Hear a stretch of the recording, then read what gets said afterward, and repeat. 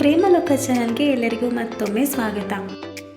Simple ಆಗಿ ಮನೆಯಲ್ಲೇ lemon rice ಹೇಗೆ ಮಾಡೋದು ಅಂತ ನಾವು ನೋಡ್ಕೊಂಡು ಬರೋಣ ಬನ್ನಿ. ಒಂದು ಪ್ಯಾನಿಗೆ 2 ಸ್ಪೂನ್ ಆಗುವಷ್ಟು ಎಣ್ಣೆ ಹಾಕ್ಕೊಳ್ಳಿ. ಎಣ್ಣೆ ಬಿಸಿಯಾದ ನಂತರ 1 ಸ್ಪೂನ್ ಸಾಸಿವೆ, 1 ಸ್ಪೂನ್ ಉದ್ದಿನಬೇಳೆ ಮತ್ತು ಜಜ್ಜಿದಂಥ ಬೆಳ್ಳುಳ್ಳಿಯನ್ನು ಹಾಕಿಕೊಂಡು ಚೆನ್ನಾಗಿ ಮಿಕ್ಸ್ ಮಾಡಿಕೊಳ್ಳಿ. ನಂತರ ನಾನಿಲ್ಲಿ 4 ಹಸಿಮೆಣಸಿನ್ಕಾಯಿ ತಗೊಂಡಿದ್ದೀನಿ. ನಿಮ್ಮ ಖಾರಕ್ಕೆ ಅನುಗುಣವಾಗಿ ನೀವು ತಗೋಬೋದು. ಕರಿಬೇವಿನ ಸೊಪ್ಪು ಹಾಕಿ ಚೆನ್ನಾಗಿ ಹುರ್ಕೊಳ್ಳಿ. ಚೆನ್ನಾಗಿ ಮಿಕ್ಸ್ ಆಗಬೇಕು. ಮತ್ತು ಚಿಕ್ಕ 2 ಈರುಳ್ಳಿನ ಹಾಕಿದ್ದೀನಿ. ಮತ್ತು ಅದನ್ನು ಚೆನ್ನಾಗಿ ಮಿಕ್ಸ್ ಮಾಡಿ ಹಸಿ ವಾಸನೆ ಹೋಗೋ ತನಕನೂ ಈರುಳ್ಳಿ ಫ್ರೈ ಆಗಬೇಕು. ಇಲ್ಲಿ ರುಚಿಗೆ ತಕ್ಕಷ್ಟು ಉಪ್ಪು ಮತ್ತು ಅರಿಶಿಣ ಹಾಕಿ ಅದನ್ನು ಕೂಡ ಚೆನ್ನಾಗಿ ಹುರ್ಕೊಳ್ಳಿ.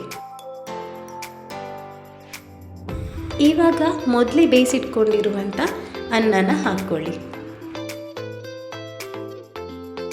ನಾನಿವತ್ತು ಇಲ್ಲಿ 2 ಲೆಮನ್ ಜ್ಯೂಸ್ ತಗೊಂಡಿದ್ದೀನಿ.